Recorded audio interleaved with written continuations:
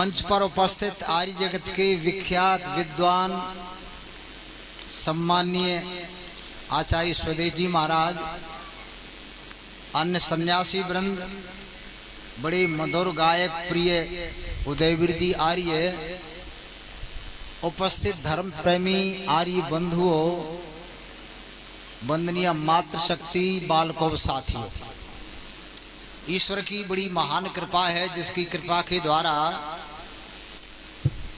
वैदिक सत्संग में उपस्थित होने का अवसर प्राप्त हुआ है। इस सत्संग में हम और आप 18 तारीख तक क्रमशः प्रवचन, उपदेश, भजन इत्यादि सुनेंगे और हो सकता है इस क्रम में, प्रवचन और भजन उपदेश के क्रम में, किसी भाई के जीवन पर किसी उपदेशक विद्वान की बात असर कर जाए तो एक बात ही जीवन को बदल देती है। थोड़ा सा इशारा ही बहुत कुछ होता है। इस उद्देश्य को लेकर के ये प्रचार होगा। इस प्रचार का उद्देश्य है मानव निर्माण, मनुर्भव, मनुष्य बन जाए, मनुष्य अपने कर्तव्य को समझ ले और अपने कर्तव्य को समझ करके उस पर आचरण करे तो निश्चित उसका सुधार हो और संसार का सुधार हो। मानव निर्माण के लिए यह कार्यक्रम हो रहा है।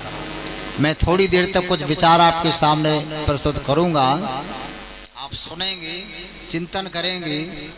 हो सकता है सारी बातें आपको अच्छी न लगें, तो कुछ तो लगेंगी। सारी बातें अच्छी न लगें ये हम नहीं कह सकते सारा कार्यक्रम आपको पसंद आ जाए, क्योंकि सबको प्रसन्न करना बहुत मुश्किल है। सब प्रसन्न बड़े बड़े महान पुरुषों से भी ना हुए। मर्यादा पुरुषोत्तम रामचंद्र जी का इस धरती पर आना हुआ लाखों वर्ष पहले, उनसे भी लोग सब प्रसन्न न हुए।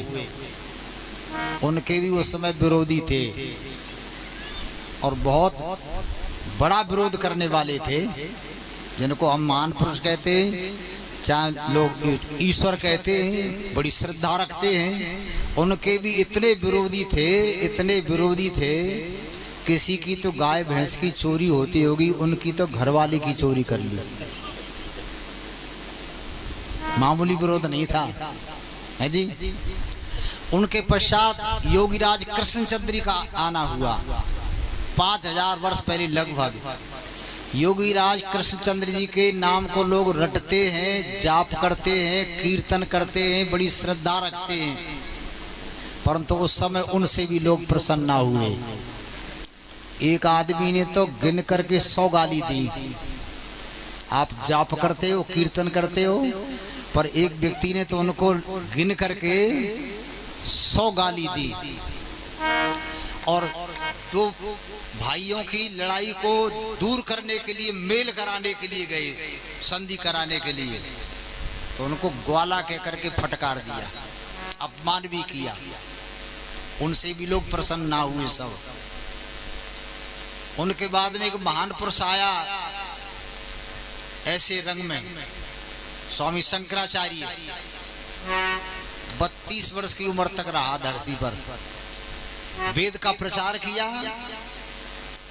शंकराचार्य जैसे महान पुरुष को भी लोगों ने जहर देकर के मार दिया, जबकि उन्होंने किसी की जमीन पर कब्जा नहीं किया, गाली नहीं दी किसी को, परंतु लोगों ने जहर देकर के मार दिया। उनसे प्रसन्न ना हुए। एक महान पुरुष और आया, गुजरात में पैदा हुआ है जी, और तुम्हारे मथुरा में आकर के पढ़ा, जिसका नाम महर्षि दयानंद। महर्षि दयानंद महाराज स्वामी शंकराचार्य को एक बार जहर दिया, और स्वामी दयानंद महाराज को जब तक मरे नहीं तब तक जहर देते रहे।